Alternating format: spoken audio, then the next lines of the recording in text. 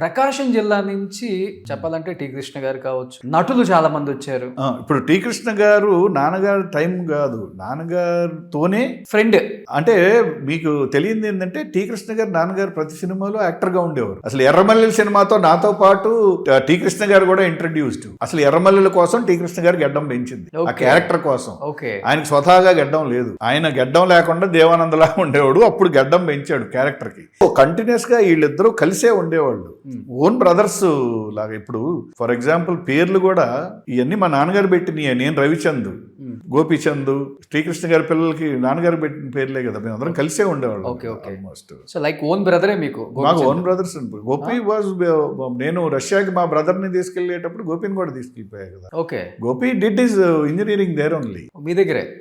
అక్కడే మేము కలిసి ఒక ఫ్యామిలీ లాగానే ఉండేవాళ్ళం. Okay. After that he came back and హీరోగా తొలివలపు ఇదైంది.